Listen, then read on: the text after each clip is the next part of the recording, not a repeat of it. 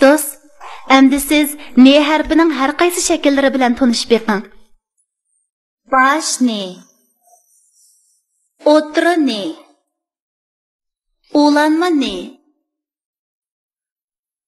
Yolg'iz ne? Endi qiziqarli misollar bilan bularning so'zlaridagi o'rnini bilib olsak qanday?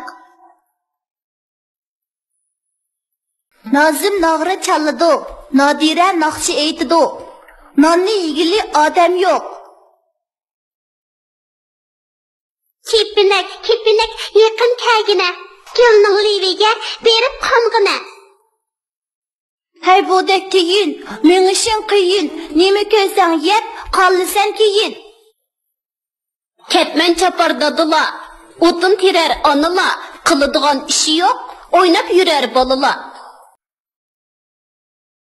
Kichik do'st, siz yuqorida ikki harfning har xil shakllari bilan tanishib chiqdingiz. Endi ularning o'zaro qanday qo'shilganligini bilgingiz bormi? Nega oyoq ani qo'ysa, na bo'ladi. Ne, ana.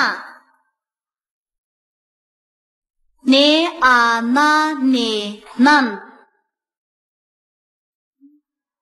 Ağa nan qo'ysak, ana bo'ladi. A, ne, ana, ana.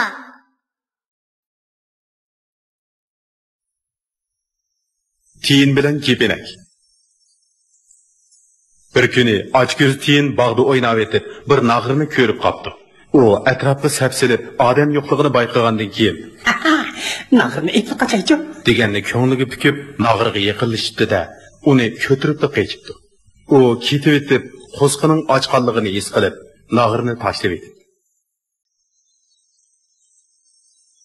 U bir uyning oldiga keldi va bir ayolning tunurga nay yiqayotganligini, qizirib pishgan nonlarning tunur beshiga yeyib qo'yilganligini ko'rib, nafsi taqildab ketdi-da, nondan birini o'g'irlab, tunurning yendiki daraxtning shexiga chiqib o'ltirib yey deb turishiga, tunur beshidagi qo'g'inga ko'zi tushib, nonni tashlab etdi. Va daraxtdan tushib, qo'g'inni o'g'irlab qochibdi.